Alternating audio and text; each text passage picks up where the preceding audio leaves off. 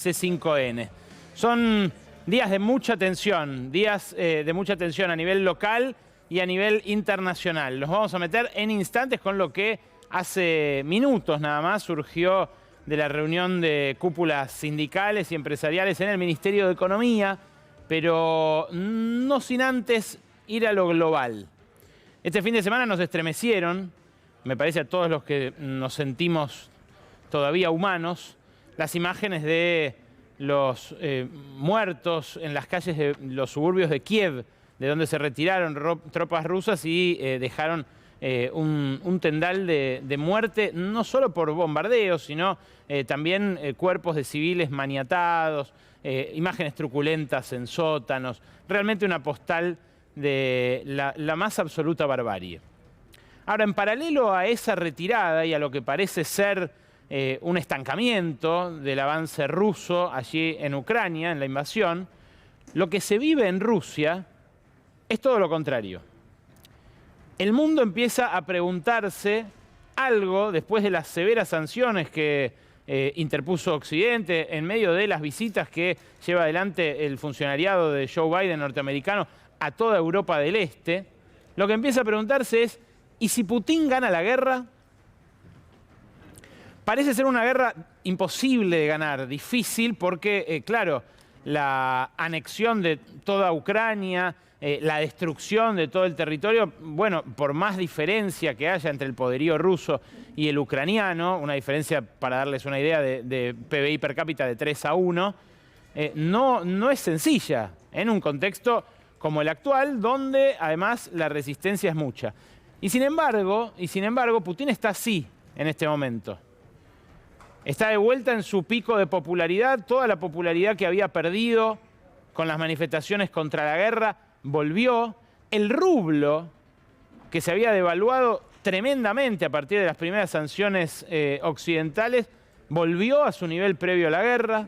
Lo que había subido el dólar bajó al calor de controles de capitales, al calor de medidas de emergencia, por supuesto, también, pero en parte, a partir de esta vuelta a cierta normalidad en Rusia, luego de que las sanciones, por el exceso que tuvieron también, por lo infundado que fue que sacaran a Rusia del Mundial, que la corrieran al número 1 del tenis mundial de las competencias por simplemente ser ruso, de que prohibieran Tchaikovsky en conciertos, de que, bueno, en fin, una serie de actos de rusofobia, más allá de, como digo, la condena a una invasión absolutamente intolerable e injustificable en términos del derecho internacional.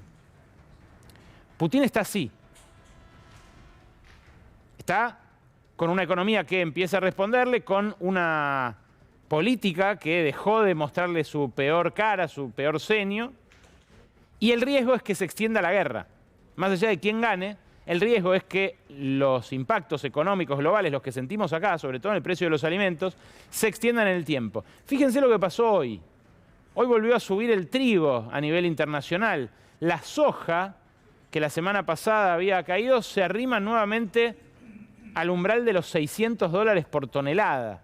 Y hay muchos rusos que empiezan a decir, ¿sabes qué? Tengo un auto alemán, pero podría tener uno chino o ruso.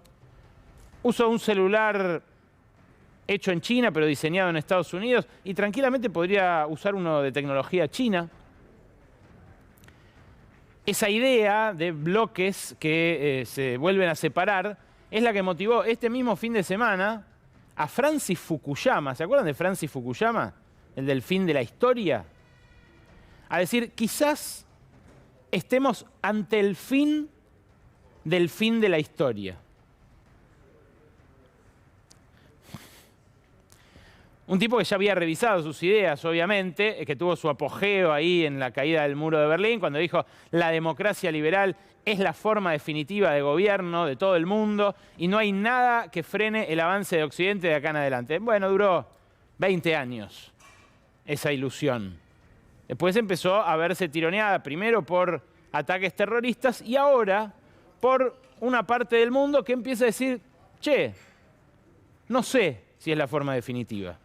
Putin es la muestra de eso. Lo que muchos pierden de vista, también en la soncera de creer que Rusia es la antigua Unión Soviética, como si no fuera Putin el que este fin de semana también celebró el triunfo de Víktor Orbán en Hungría, un ultraderechista que está en contra de los inmigrantes, de los homosexuales, de toda forma de disidencia de lo general. Bueno, muchos creen que Putin es, no sé, Khrushchev o Stalin y que Rusia es la Unión Soviética. Nada de eso. Es más, desde la caída del muro y por el desguace que hubo del Estado soviético a manos de los oligarcas amigos de Putin, que no son comunistas, todo lo contrario, a Rusia le pasó esto, que destaca este fin de semana The Economist.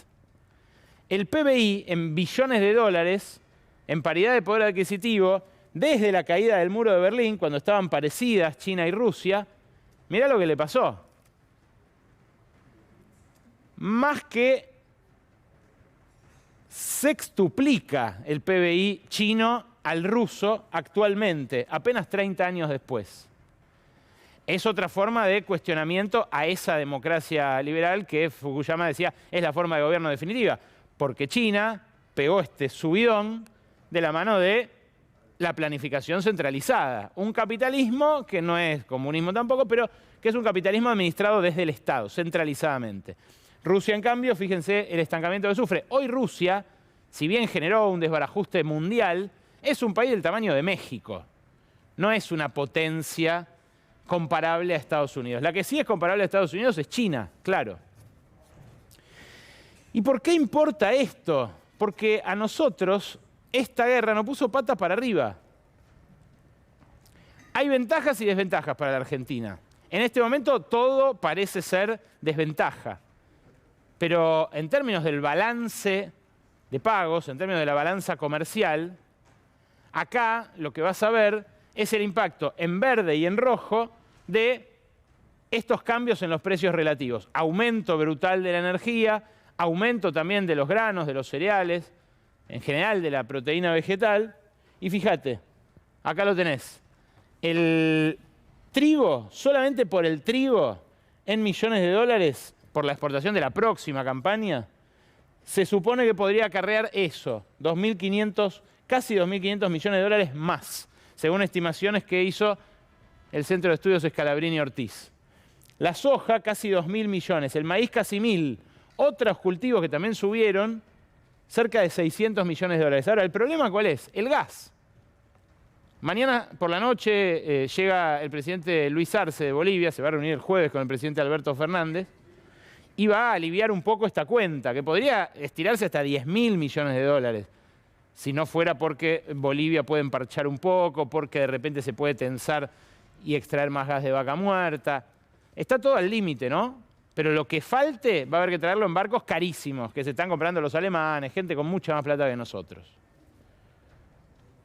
También el gasoil y el fuel oil que usan las centrales térmicas está volando en precio. Se está viendo en toda la Argentina que falta gasoil. Claro, las petroleras lo venden a pérdida. Con la cosecha se demanda más. El crecimiento de la economía también hace que se demande más. Y la especulación, cuando falta, hace que otro plus aparezca. Ahí tenés el impacto negativo. Más el impacto negativo de otras importaciones. El saldo termina siendo medio neutro por ahora, salvo que se complique más la cuestión energética. El punto débil, el talón de Aquiles nuevamente de la economía argentina. Fíjate vos cómo todo esto tiene que ver con lo más urgente que ocurre hoy en la Argentina, que es la inflación. La inflación ya no es la del escalón de Macri, lo que dejó Macri, que fue subir del 25-30%, que tuvo el kirchnerismo, el segundo y tercer kirchnerismo, como diría Matías Culfas, al nivel del 50 y pico. Ahora estamos todos discutiendo una inflación que va a ser del 60, 65, quizás 70%. Y entonces empieza a influir, en el caso de cada paritaria, cuándo se da el aumento. No tanto cuánto es el aumento anual, sino cuándo. Algo que están discutiendo ahora también en el Congreso con la ley de alquileres. Y según cómo cada sindicalista consigue que se ubiquen las cuotas de un incremento, es que termina ganando o perdiendo incluso con el mismo porcentaje. Le llaman la integral de los salarios, por la forma de la curva. Fíjense, acá lo grafiqué también en función del último informe del Centro de Estudios Scalabrini Ortiz. Si la integral es así, o sea, tiene los mayores aumentos al principio, ahí tenés una ganancia en términos salariales. Si en cambio al principio aumenta poco y luego al final le empata los precios, hay una pérdida, que es lo que pasó durante todo el año pasado. Si vos comparás diciembre contra diciembre, el gobierno dice los sueldos, por primera vez después de 3 años, le ganaron por poquito a la inflación. ¿Y por qué está esta sensación de que todos perdimos igual? Está esta sensación porque la mayoría de los convenios tenían las cuotas más jugosas al final. Entonces, la gente que estaba bajo esos convenios terminó durante casi todo el año perdiendo y recién al final recuperando. Hoy hubo una reunión en el Ministerio de Economía donde precisamente se habló de esto. Terminó ahora, después del atardecer. Ahí están viendo los miembros de la CGT y de la UIA que se sentaron a la mesa, una sola mujer, todos los demás varones. La mujer es Melina Malimache, la jefa de gabinete del ministro de Economía. Todos los demás son los sindicalistas, el ministro de Trabajo, Claudio Moroni, el de Producción, Matías Culfas, y también Martín Guzmán. Hubo un no anuncio después de esta reunión, que fue que se van a adelantar las discusiones de las paritarias que todavía falta para que se reabran. No que van a aumentar el monto del aumento salarial, no que va a haber un bono por única vez de 10.000 pesos, como se habló, tampoco que va a haber un aumento por decreto, como podría haber sido la gran Lavagna, digamos. En su momento Lavagna, recordarán, 2002, 2003, 2004, primero con Duhalde, después con Néstor Kirchner, ordenó a los empresarios que den un aumento por decreto. Bueno, nada de eso ocurrió. Hubo un anuncio de una canasta, otra canasta más de precio de referencia y el compromiso de adelantar la discusión. Claro, a esta mesa, ahí lo están viendo hablar, se sentó recontraempoderado Daniel Funes de Rioja. Un Daniel Funes de Rioja, ahí está Pablo Moyano. En un ratito Lua Isikov va a hablar del voltaje político que recorrió esta mesa del lado sindical, sobre todo donde hay mucha presión de las bases diciendo, señores, nos estamos muriendo de hambre. En algunos casos la presión se tradujo en eyección de algunos dirigentes, como Antonio Caló, después de 20 años. Ahora, el que llegó empoderado es Funes de Rioja, que ahí lo ven sentado, ahí lo ven hablando, que acaba de ser reelecto en la COPAL. En la COPAL, que es la Cámara de Alimentos, lo reeligieron a Funes de Rioja mostrando los dientes, porque Funes de Rioja es un duro, que dijo no a los controles de precios, no a ninguna forma de decreto que condicione aumentos. Y del otro lado, nadie le levanta mucho la voz. En ese contexto es que empezaron a resonar los ecos de los años 80. Empezaron a resonar el fin de semana, cuando la vicepresidenta Cristina Fernández de Kirchner contó que le regaló un libro al presidente Alberto Fernández sobre la fallida experiencia de Juan Vital Zurruil en el Ministerio de Economía. El libro es Diario de una temporada en el quinto piso, es de Juan Carlos Torres, se agotó el fin de semana en todas las librerías de cadena, está número 1 en ventas online también. Y el libro relata, en boca de este sociólogo, que estaba ahí en el Ministerio de Economía, las desventuras de un plan económico apadrinado por el Fondo Monetario Internacional, el Plan Austral. Lo que pasa es que lo que volvió de los 80 es un debate que ahora vamos a debatir, vamos a intercambiar con Facundo Manes sobre esto, un hombre que justamente tiene la expectativa de ser candidato a presidente por el radicalismo.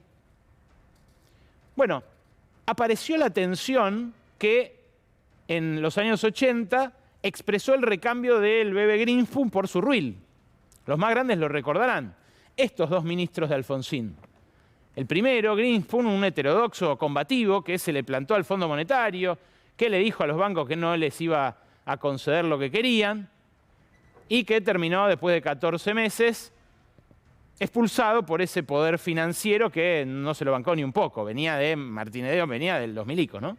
De la dictadura. Lo reemplaza después de que tuvo 25% de inflación en un mes, más del 700% en el periodo de 14, 15 meses que estuvo, lo reemplaza Zurril, que consigue temporariamente estabilizar la economía, especialmente la inflación, pero que después termina abandonado por el Fondo Monetario y también corrido por un vendaval inflacionario, a donde después terminó Pugliese, donde después terminó también brevemente, muy brevemente al final, Jesús Rodríguez. Esta semana tuve la chance de hablar con Jesús Rodríguez. Con Zurril lamentablemente ya no se puede, falleció, con Greenspoon tampoco, pero pude conversar con Jesús Rodríguez sobre esto y preguntarle si, como dijo Cristina Fernández, es de estricta actualidad el libro de Torre que le regaló al presidente Alberto Fernández. Esto me dijo. Hay académicos que discutieron por qué el Plan Austral, que fue ese intento heterodoxo del presidente Alfonsín y del ministro Zurril, se frustró, a diferencia de un plan muy parecido, prácticamente idéntico, que un par de meses más tarde llevó adelante el Estado de Israel. Y la respuesta a esa pregunta para mí es muy sencilla. El plan económico israelí tuvo apoyo político sustantivo. Esa diferencia sustancial hay que compararlo con lo que te señalaba. Paros generales, los 3 intentos de golpe de Estado y el ataque guerrillero al cuartel. Me parece que ahí está la esencia de por qué es la frustración de ese programa económico. Bueno, claro, más allá de lo que soslaya Jesús Rodríguez de el apoyo geopolítico que tuvo Israel para enderezar el barco inflacionario, digo, Israel en muchos aspectos es un enclave de Estados Unidos, un enclave militar, que en ese momento abandonaba el sueño cooperativista de los kibutz y se convertía en eso, ¿no? Con una fuerte impronta militarista y guerrerista. Ahora, más allá de eso, lo que dice Jesús Rodríguez es: no hubo apoyo político. Un plan de ajuste heterodoxo, como se llamó el de Zurril, necesitaba apoyo político, no digo unánime, pero sí mayoritario. Y no lo tuvo. En este momento, el gobierno tampoco tiene un gran poder político. Y tampoco ejerce el poco poder que conserva después de las elecciones de medio término de manera decidida, porque las discusiones internas versan justamente sobre si hay que ser fuerte con los débiles o si hay que ejercer la fuerza sobre los que la tienen ya por su característica.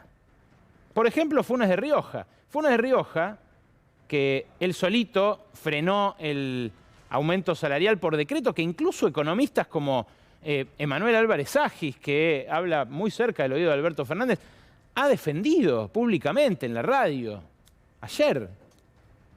Solito Funes de Rioja frena esa iniciativa que además los propios economistas heterodoxos, pero que son consultados por empresas, dicen evitaría una espiralización inflacionaria como la que se generaría en caso de que las paritarias se vayan al 60-70.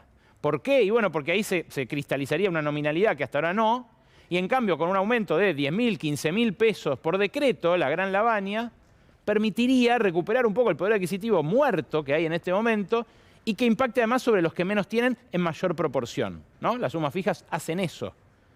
Y es lo que pasó en 2002. Estaban tan por el suelo los pisos, estaban tan por el suelo los sueldos, que la única forma de hacerlos reaccionar fue esa. No había paritarias todavía encausadas, pero la paritaria hoy no resuelve el gran problema de la desigualdad. Porque el que está en paritarias hoy, el que tiene un convenio colectivo de trabajo, aguinaldo, vacaciones, no es la norma en el mercado laboral. No digo que sea un privilegiado, son derechos adquiridos, pero no es la norma. Y los que más sufren son los que están fuera de ese esquema. Los que están más afuera de ese esquema estuvieron la semana pasada acampando en la 9 de julio, 12 cuadras de acampe. Y ahí, atención, empieza a gestarse un consenso que a mí me preocupa muchísimo, que es el consenso de la culpabilización del que menos tiene. Hoy, el jefe de gobierno, Horacio Rodríguez Larreta, imagino yo que después de consultarlo con encuestadores y con organizadores de focus groups, dijo esto. Lo que pasó acá fue una extorsión, y que la verdad que me da muchísima bronca, fue una extorsión. Usan a la gente. ¿A alguien se le ocurre que la gente vino en forma espontánea? Pero esas colas de colectivos que habían uno tras otro, los traen, y los traen extorsionados, que si no vienen les sacan el plan. Porque el plan, en vez de manejarlo el Estado, como tiene que ser, los manejan organizaciones que los extorsionan. Y lo peor es que además usan a los chicos. Ponen a los chicos como escudos a las mujeres para que la policía no los desaloje. Son unos cobardes usar a los chicos para eso. Los chicos tendrían que estar en la escuela, no acampando acá. Realmente es una barbaridad. Por eso es que le pedimos al gobierno. Por eso les pedimos que les saquen los planes sociales. Porque además, los planes tienen como condicionalidad que los chicos vayan a la escuela. Yo vi cantidad de chicos y chicas en los piquetes que se organizaron en las localidades de Reconquista y Avellaneda, en Santa Fe, cuando esos dos pueblos protestaron contra el anuncio de la expropiación de Vicentín. Una compañía que, como hemos contado acá muy en detalle, estafó en $300 millones al Banco Nación, o sea, a vos, a mí, a Facundo Manes, a El Pela, al camarógrafo, a Pedroso, a todos los que estamos acá, y que se salió con la suya, porque se acaba de extender el concurso, pero va a terminar en un desguace, y las familias que aportaron a la campaña de Macri van a seguir manejando una parte de la compañía.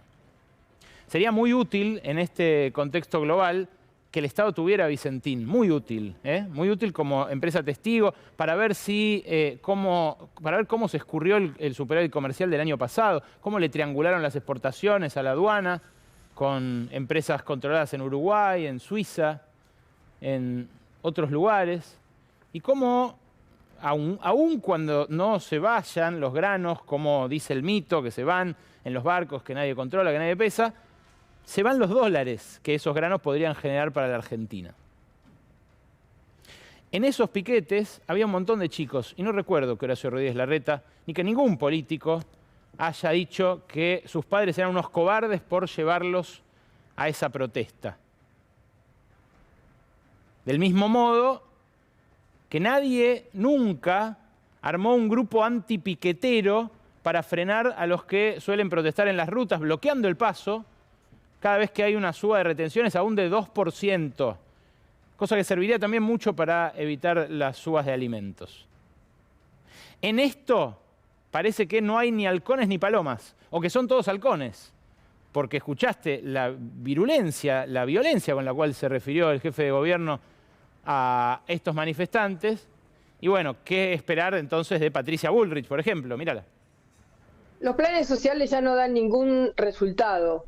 La gente cobra un plan social y cada vez es más pobre, cada vez está menos educada, cada vez está más aislada, cada vez vive peor.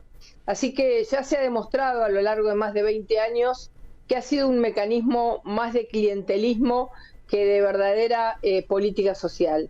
La verdadera política social va a ser el empleo. Los planes sociales hay que sacarlos.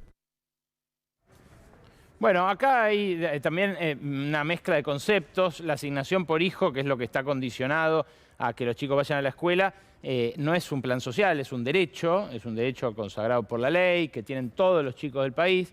Y los programas sociales tienen una contraprestación. Ahora, así nomás, dicen, hay que sacarlos, hay que sacarlos. Gente que se va a morir de hambre, como pasaba en 2001, como pasaba en el 2000. Hay que sacarlos. Pero así como no hay halcones ni palomas, para hacerse el guapo con los que menos tienen, con los más débiles, parece que tampoco hay grieta. Escuchá lo que dijo ayer el ministro de Desarrollo Social, Juan Zabaleta. Y decir basta también, ¿no? Basta de apretar a los argentinos. Basta de apretar a los argentinos de esta forma. Hay que buscar otra modalidad de protesta también. Nosotros comprendemos y entendemos que hay derechos constitucionales y claramente los respetamos. Pero basta de apretar a los argentinos. Sentimos que lo que pasa en el 9 de julio es de laburantes contra laburantes. Así nomás, basta. Y Luis de Lía, un hombre que ha cortado infinidad de veces rutas, se sumó a este coro, a este consenso del garrote, porque primero viene esto y después viene la represión. Y se construye así. Escucha. Una cosa es la demanda social del pueblo obrero y otra cosa distinta después es que todo esto sirva para la campaña electoral del pueblo obrero. Si yo fuera Juanchi, tampoco los hubiese recibido. Hacer el show off de estar 2 días en la calle en nombre del hambre no me parece decente.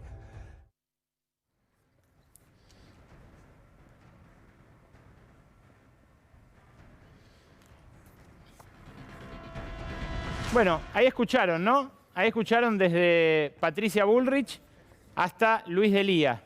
Y fíjate a Javier Milei. Javier Milei dice algo así como, esto es gracias a nosotros. Pone, parece que los focus group dicen que Ramiro Marra ha planteado un tema que es de interés de los habitantes de la ciudad y que el Steve Jobs falso, por la reta, se enteró ahora. Yo vengo citando a autores de izquierda, la verdad. Lo he citado a Lenin cuando estalló la invasión de Putin a Ucrania. La semana pasada creo que hablamos de un texto de Gramsci. Hoy voy a citar a un politólogo norteamericano que se llama Joseph Overton. Overton falleció en 2003, pero construyó como nadie un concepto sobre cómo se construyen las políticas en democracia. Dice Overton que hay como una ventana. La ventana de Overton le llaman los politólogos. Una ventana en la cual en el centro están las políticas que se llevan adelante y en los costados lo que no se considera aceptable siquiera conversar. O sea, acá está lo que hace el político, no porque lo crea, sino porque ve que es lo mayoritariamente deseado por la sociedad. Esto es lo que se hace, pero esto se considera sensato desde la política. Y esto se considera aceptable desde la política. Esto ya no. Esto ya se considera medio marginal y esto extremista. Puede ser para la izquierda o para la derecha. Podría considerarse extremista expropiar las viviendas ociosas que tiene un propietario, por ejemplo, para que bajen los alquileres, del lado izquierdo. Y podría considerarse extremista también matar a los piqueteros porque cortan el 9 de julio. Nadie hoy en la política argentina haría eso. Ahora, lo que hacen discursos como el de Milei es correr los márgenes de esa ventana, correr los márgenes de lo aceptable en la política. El movimiento antipiquetero de Ramiro Marra es una aberración fascista. Yo se lo dije, lo puedo decir ahora porque se lo dije en la cara a él acá adelante. Es increíble que exista algo así para nuestra democracia. Y sin embargo, lo que consiguió fue correr esa ventana hacia la derecha, abrir la ventana hacia la derecha, para que el medio hoy esté en decir que es una extorsión, que esa gente que pasa hambre, que vio cómo los alimentos aumentaban casi 10% el mes pasado, que no le puede comprar leche, que no puede calefaccionar a sus chicos, bueno, hoy es aceptable. Lo que antes sonaba extremista, hoy es parte del consenso. Un consenso que obviamente contribuimos los medios de comunicación a construir también, pero que empieza en un set de televisión, en una declaración que parece inocua, y termina con un garrote en la cabeza de alguien. O lo que es peor, con muertos en alguna manifestación.